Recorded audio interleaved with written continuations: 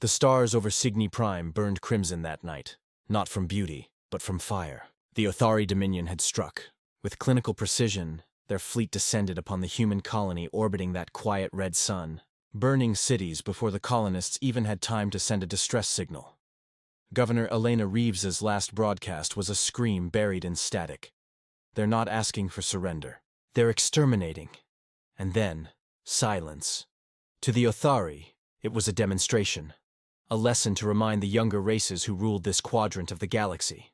Their warlord, Katal Vurin, stood before his assembled officers in the great war hall of the flagship Vorkesh, laughter echoing against the polished obsidian walls. Humans, he sneered, raising a taloned hand to display the colony's ashes on a holomap. They think diplomacy protects them. They think their Earth Council commands respect. But beneath their treaties they are soft creatures of emotion, weak, sentimental, unfit for dominion. His second-in-command, a younger warrior named Saik, bowed slightly. What if they retaliate, my lord? Katal's mandibles curved in amusement. Retaliate? Against us? They will send messages, not fleets. Words, not weapons. They will kneel beneath the same star that now burns their kin. Let them grieve. It will teach them their place. The hall roared in approval. Cygni Prime burned for 7 standard hours. When it was done, nothing human remained. Only glass planes and drifting embers orbiting a dead world. The Othari fleet turned away, leaving behind silence and arrogance in equal measure. The silence before the storm. The galaxy did not weep for humanity. The Othari's neighbors whispered, of course. The Draven syndicates sent formal regrets. The Voron hives offered condolences, but no one intervened. Humans were new to the galactic stage, ambitious, unpredictable, and often underestimated. A minor power, useful for trade and diplomacy, but not yet feared. 3 cycles passed. Humanity said nothing. No fleets mobilized. No threats were issued. In Othari space, propaganda streamed across their networks. Earth, they declared, has accepted its fate. Merchants laughed in starports, toasting the lessons of Cygni. Captains mocked the Terrans as a talking species, too bound by conscience to fight back. But far away, beyond the rim of known space, deep within the gravity wells of Sol, something was stirring. In the quiet dark, the Ares Protocol was activated. Across the Solar Defense Network, encrypted orders rippled through black channels long thought dormant. Automated factories on Luna and Mars roared to life. Earth's shipyards, once devoted to exploration, began producing something else entirely. Vengeance incarnate. The Othari had mistaken humanity's silence for surrender. In truth, it was focus, because when humans are silent, it means they're building something terrible. 3. The awakening of Earth. The first sign came on the edge of Othari space, a distress call from a supply convoy near the Thalan Rift. 4 Othari cruisers were escorting fuel freighters when the stars behind them moved. Sensors failed first, then the comms. Then, without a single warning shot, a beam of blue-white plasma carved through the lead cruiser, slicing it clean in half. The remaining ships scrambled, their captains shouting confused orders, but the void was already filled, not with one ship, but an entire fleet. They were unlike any vessels the Othari had ever seen. Black hulls without insignia, their surfaces shifting like liquid metal. No transponders, no communication. Only the faint etching of a flag burned into one hull. A pale blue sphere surrounded by laurel branches. Earth. The Ares vanguard had arrived.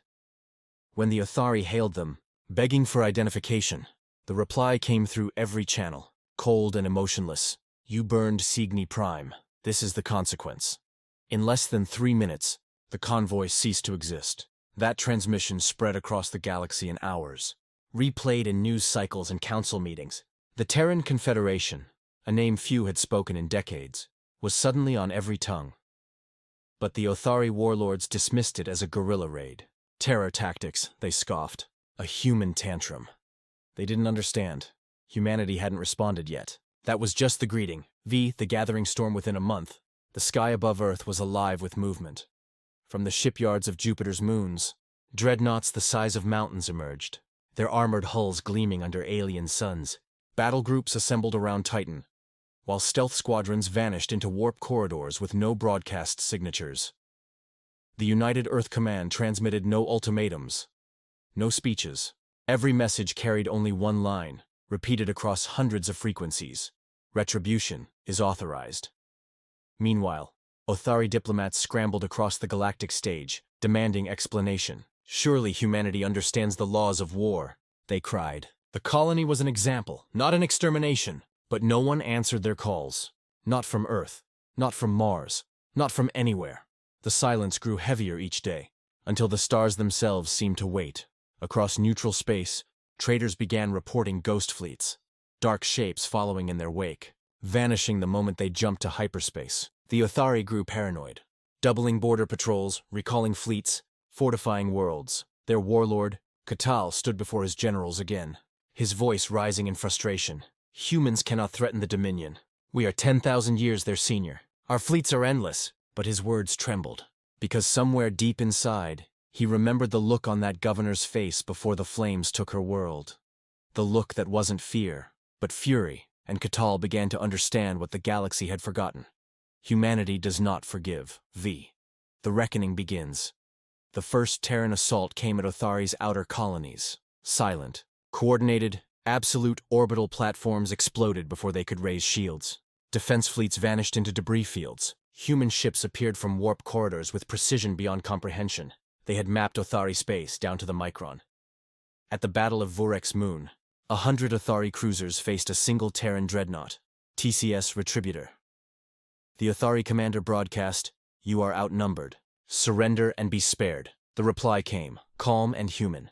"You mistake mercy for weakness." The Retributor's main gun fired once. The moon cracked like glass. Every ship within the system ceased to exist in that instant, obliterated by kinetic shockwaves that turned rock into vapor. Galactic newscasts replayed the footage for weeks. Even neutral powers began evacuating border regions. The Othari's allies suddenly reconsidered their treaties. And still, Earth said nothing. The war had become a purge. The fall of the Dominion. By the third month, the Othari Dominion was collapsing. World after world fell in silence. Not occupied, not conquered, but erased. Human fleets didn't loot or enslave. They simply eliminated every trace of military resistance and moved on. Humanity fought with a terrifying precision. No cruelty, no joy, only justice. On the Othari capital world, alarms screamed as the night sky lit up with burning debris. The Vorkesh, their prideful flagship, was dragged from orbit by Terran magnetic projectors, crashing into its own palace district like a falling god. Warlord Katal watched from the ground as Earth's dreadnoughts descended through the clouds. Vast winged leviathans blotting out the sun. Their engines roared like thunder. Their shadows stretched across entire continents. He fell to his knees as the loudspeakers came alive, broadcasting a voice heard across the entire planet, translated into every Othari dialect. "You were warned once, through silence. You answered with fire. Now, you will learn what becomes of those who strike at humanity." What followed was not a battle. It was a reckoning. Orbital bombardments carved oceans into dust. Entire fleets vaporized mid-orbit. Every Othari shipyard, fortress, and supply line vanished in synchronized detonations. For every colony burned, 10 Othari worlds were reduced to molten glass. And as the capital burned, Katal realized too late, humanity's vengeance wasn't born from hatred. It was born from memory. From every war they'd ever fought, every genocide they'd ever survived, every lesson they'd written in blood. He died watching the human flag rise over his city's ashes, not as conquerors, but as executioners. So, the galaxy holds its breath when it was over. Earth recalled its fleets. No occupation, no annexation, no celebration. The Ares Vanguard simply vanished back into the dark, their ships fading into warp corridors, leaving behind only silence and ruin. Within weeks, the Othari Dominion ceased to exist. Their name was erased from the Council archives. Their worlds were quarantined, their space declared haunted. Across the galaxy, leaders whispered in terror. Treaties were rewritten overnight. Every civilization, from the proud Thrixian emperors to the shadowy Vex Combine, quietly altered their diplomatic stances toward Earth. And everywhere, in every language, the same warning spread like wildfire. Do not provoke the species from Sol. They are quiet until you force them to remember. Even the Dravan news networks, once mocking humans as idealists, now spoke in reverence. One anchor summarized it best: the humans never roared.